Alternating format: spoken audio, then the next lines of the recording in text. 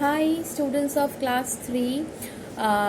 Today we are doing chapter 2, the last portion. In the last two classes I have explained to you what is operating system, different functions of operating system, what is Windows 7, what is the desktop, different components of desktop, two important icons of the desktop, what are their functions, how to arrange the icons of the desktop, how to change the desktop background. These things already we have done.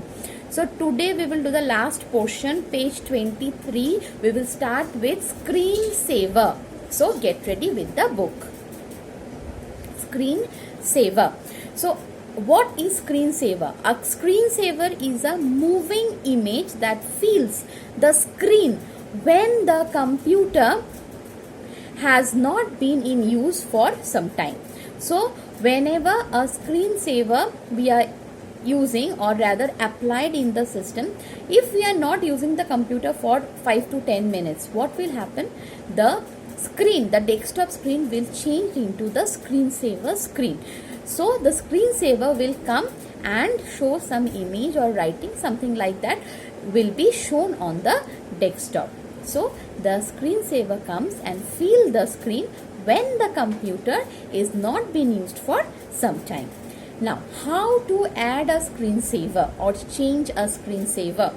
First, you have to right click on the blank area, same as for the other topics, that's changing a desktop background or those things, arranging the icons.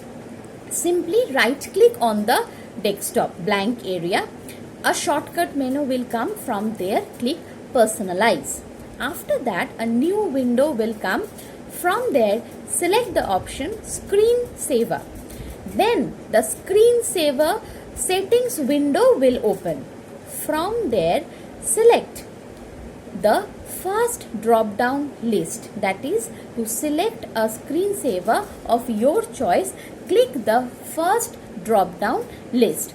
Then a box will appear. Over there you can preview your applied screensaver.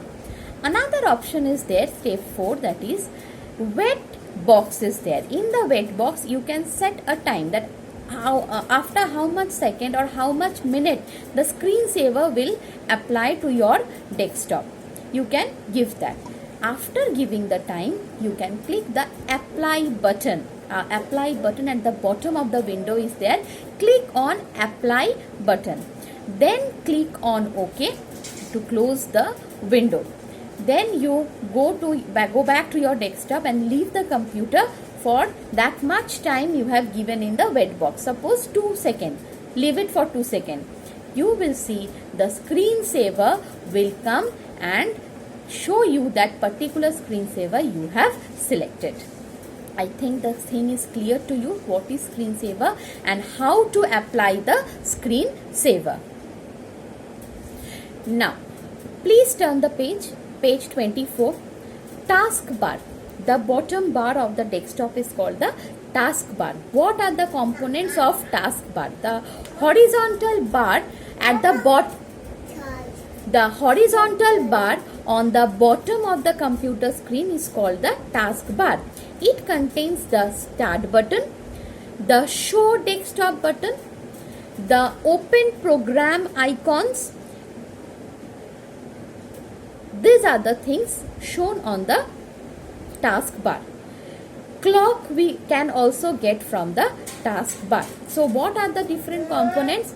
Start button, clock, show desktop button, clock, more open programs and more are there.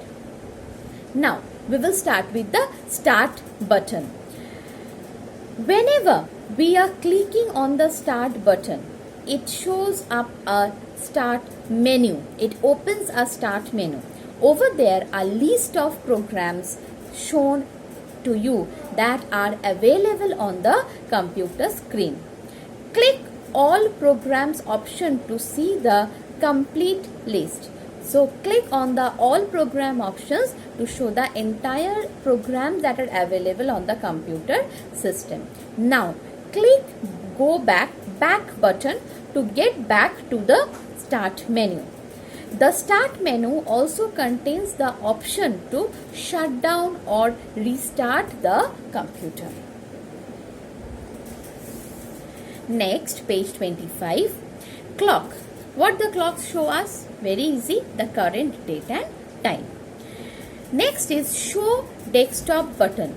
What the show desktop button do for us? Whatever windows are opened on the computer screen, if we click on the show desktop button, simply all the windows get reduced or minimized into the taskbar and the desktop screen is shown to you. So it is clear, while working with different programs, if you want to see the desktop, simply we will click the show desktop button. All the open programs do not get closed, rather it gets minimized or reduced inside the taskbar and the desktop screen is displayed to you. Now the next one is changing the position of the taskbar. We can change the position of the taskbar. Usually the taskbar is shown on the bottom of the desktop. We can make it left side, right side, top. These directions we can change it. So how can we change that? The taskbar, first you have to click the mouse pointer on the empty space on the taskbar. Then you have to simply click and drag it on any side that we want to place the taskbar on the screen. This is the simplest method of changing the taskbar position.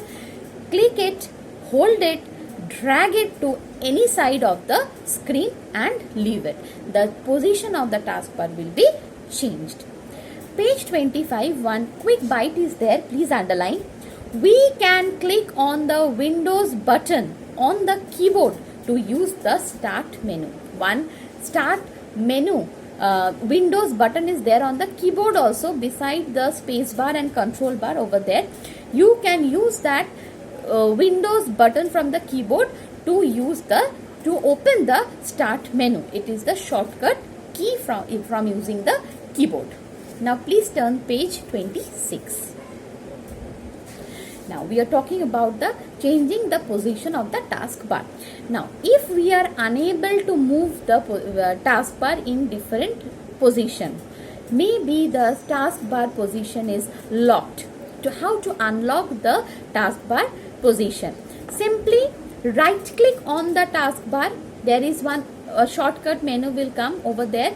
Option is there, lock the taskbar. Click on that, lock the taskbar, simply to remove the click from in front of that option. Then you can change the taskbar position. Is it clear?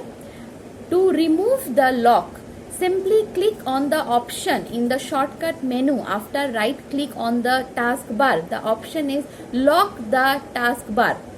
Click on it, the lock will be opened, and if you want to lock it, again click on it, the taskbar position will be locked. This is how we change the taskbar position. Now we have come to the end of the chapter. Page 26, again one quick bite is there, very important one. The mouse pointer changes its shape according to the actions we perform. Whenever we are moving the mouse pointer in different position, the mouse pointer gets changed. When it is the normal pointer, it is used to point, select, click and drag. These things can be done when it is a normal pointer. When it is a I-beam pointer, it is used to change the location of the cursor while typing. That means whenever we are typing, the cursor looks like this I-beam pointer. Next is the busy pointer, circle type, busy pointer. It means the computer is busy and we have to wait for some time till the computer finishes its work and it gets the pointer into the normal pointer. Next we have the working in background pointer. It means the computer is doing some work in the background while we are working. That means a normal pointer along with a busy pointer, it will show it to you. We can work on the computer, but behind some work is also going on. The computer is doing some other work in the background. Clear everyone, I think. Now this is the end of the chapter. You will have your work now. Read the chapter thoroughly. The things I told you to learn, write important, underline whatever I told you. Learn those portions carefully. And in this video, I will link the book exercise and the CW copy question answers. So after finishing the chapter, write the let's recap of page 27 in the CW copy first. Learn them first. Then do the book exercise in the book with a pencil using the PDF file I will attach with this video, and also the CW copy question answer.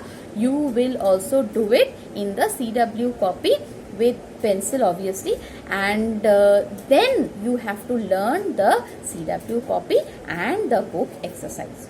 So lot of work is there. Stay at home and also start studying. Okay, chapter 1 is already done. Chapter 2 we are going to finish almost. So finish it, learn, stay safe, stay healthy. Bye bye.